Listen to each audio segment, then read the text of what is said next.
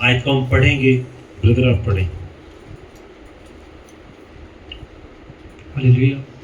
यीशु के पीछे चलने का अर्थ, उसने सबसे कहा, यदि कोई मेरे पीछे आना चाहे तो अपने आपे से इनकार करे और प्रतिदिन अपना क्रूस उठाए और उठाए हुए मेरे पीछे हो ले। क्योंकि जो कोई अपना प्राण बचाना चाहेगा वह उसे खोएगा, परंतु जो कोई मेरे लिए अपना प्राण खोएगा वही उसे बचाएगा। यदि मनुष्य सारे जगत को प्राप्त करे और अपना प्राण खो दे या उसकी हानि उठाए तो उसे क्या लाभ? जो कोई मुझसे और मेरी बातों से लजाएगा, मनुष्य का पुत्र भी जब अपनी और अपने पिता की और पवित्र स्वर्गदूतों की महिमा सहित आएगा तो उससे लजाएगा। हालेलुया। वचन क्या कहता है? यीशु मसीह के पीछे चलने का मतलब क्या है? उसने कहा अगर कोई मेरे पीछे आना चाहे तो अपनी खुदी से यानी अपने आप से इनकार करे और हर रोज प्रत्येक दिन अपनी सलीब उठाए और मेरे पीछे हो ले। वचन यूं कहता है जैसे कि हम परमेश्वर के वचन को सुनते हैं और वचन कह रहा है कि अब से तुमने फास्टिंग में जाना है। वचन ये कहता है कि अब से तुमने दुनिया की बातों को छोड़ना है और मेरे पीछे इस रीति से चलना है कि परमेश्वर तुम्हारी जिंदगी में काम करे, क्योंकि बिना वचन के परमेश्वर कभी काम नहीं करता। वो कहता यदि तू दुनिया में भी चले और मेरे पीछे भी चले, ये कतई हो नहीं सकता, क्योंकि तुम दो मेज से खाने के लिए नहीं बुलाए गए, तुम एक मेज से खाने के लिए बुलाए गए हो। क्योंकि जो बुद्धिमान व्यक्ति है वो अपनी मेज चुन लेता है। वो ये नहीं कहता कि अब मैं वहां से भी खा लूंगा, मैं वहां से भी खा लूंगा। नो, वचन कहता क्या कहता? रोज प्रतिदिन क्या करे? अपना क्रूस उठाकर मेरे पीछे हो ले। क्रूस उठाने का मतलब यह नहीं कि तो आप सचमुच क्रूस उठा लेंगे और प्रभु कहेंगे हम तो तेरे पीछे हैं। क्रूस उठाने का मतलब क्या है? बहुत सी मुसीबतें आती हैं, बहुत सी तकलीफें आती हैं, उनको फेसअप करना, कुड़कुड़ाना नहीं, हाय मैं मर गया, हाय मैं ए हो गया। नो, अगर हम विश्वास करते हैं तो ये बातें कहां से आ गई हमारे बीच में कि हाय मैं ये हो गया, हाय। अगर विश्वास करते तो वचन क्या कहता है? क्योंकि उसी के मार खाने से हमने शिफा को पाया है।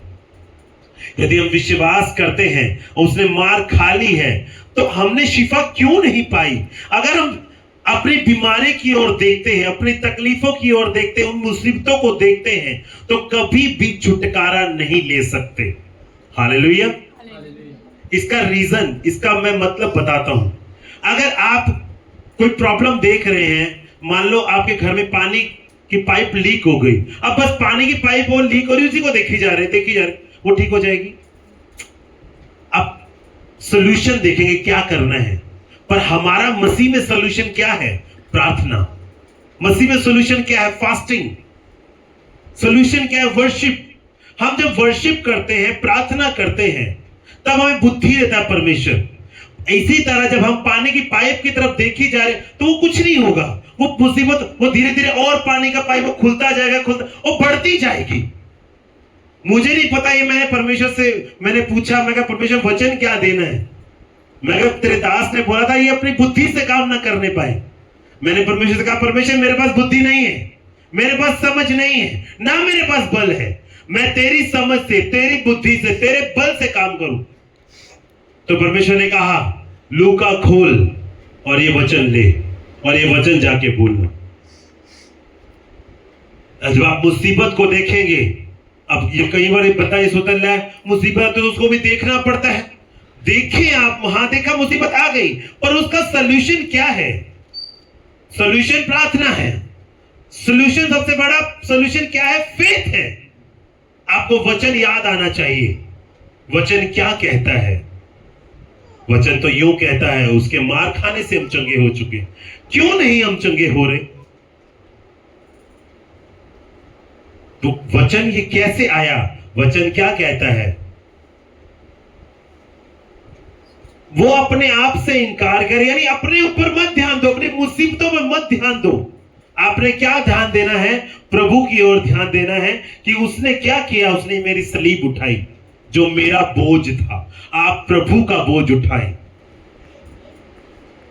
आप देखें, मुझे वर्शिप करनी, परमेश्वर के काम करने, वो चीजों पर ध्यान दे। आप ध्यान दें और उसके पीछे चले, क्योंकि जो कोई अपनी जान बचाना चाहे वो उसे खोएगा, और जो कोई मेरी खातिर अपनी जान खोए वही उसे बचाएगा। हम जब मुसीबतों को सहते हैं, हमें ऐसा लगता है अल्लाह परमेश्वर, हम तो इतनी मुसीबतें सह रहे हैं, पर ये मुसीबत हमें स्ट्रांग बना रही होती है। पर यदि फेथ है, विश्वास है, तो हम प्रार्थना उस अधिकार से क्यों वचन में कि एक पास्टर ही आपके लिए हीलिंग कर सकता है। वहां तो वचन में यूं लिखा, मेरे विश्वासियों के बीच चमत्कार होंगे, वो गैर भाषाओं को बोलेंगे, सांपों को हाथों में उठा लेंगे, बीमारों पर हाथ रखेंगे, वो चंगे होंगे। सांप क्या है? उसकी चालें, शैतान, उसने जो मुसीबतें, बीमारियां भेजी हैं, तो उसको उठा के फेंक देंगे। अब सांप उठाकर ये तो नहीं क्या पकड़े रखेंगे, अब उसे फेंक देंगे, बाहर भगा के मारेंगे उसको, चल निकल बाहर। तो आपके हाथ में पावर है। हाथ क्या है? जब वह हम प्रार्थना करते हैं तो वचन क्या कहता है? अपने हाथों को उठा और प्रार्थना कर।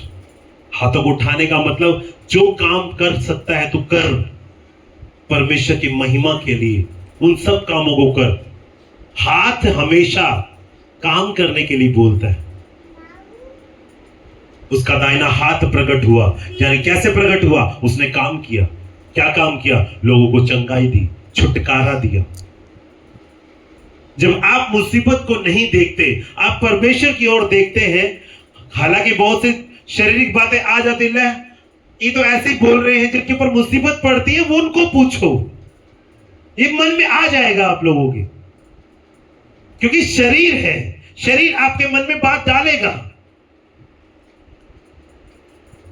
पर जब आप प्रभु पर विश्वास करें तो ये जो बीमारी है, तकलीफ है, जब वो शरीर बात करता है ना, मैं आपको बताता हूं, जब भी शरीर आपको बात करे तो आप उसको वचनों से जवाब दें।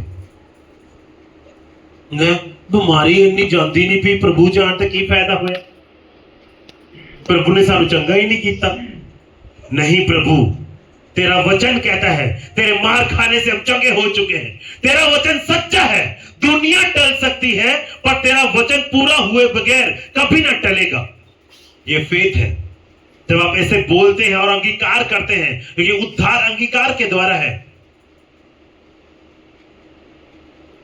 आपको सॉल्यूशन ढूंढना है। प्रार्थना हो रही है, पर आपको सॉल्यूशन क्या करना? अच्छा भाई, कुछ नहीं हो रहा, अब मैं फास्टिंग में जाऊंगी, अब मैं प्रार्थना फास्टिंग में जाकर वचनों के द्वारा प्रार्थना करूंगी। तूने तो परमेश्वर कहा कि जब तू प्रार्थना करेगा और जब मैं तेरी सुनूंगा, मैं उत्तर दूंगा। आपको वचन ढूंढने की जरूरत है और उस पर काम करने की जरूरत है। आपकी बीमारियां, आपकी तकलीफें आपकी लाइफ से जा सकती हैं, पर आपके काम करने के द्वारा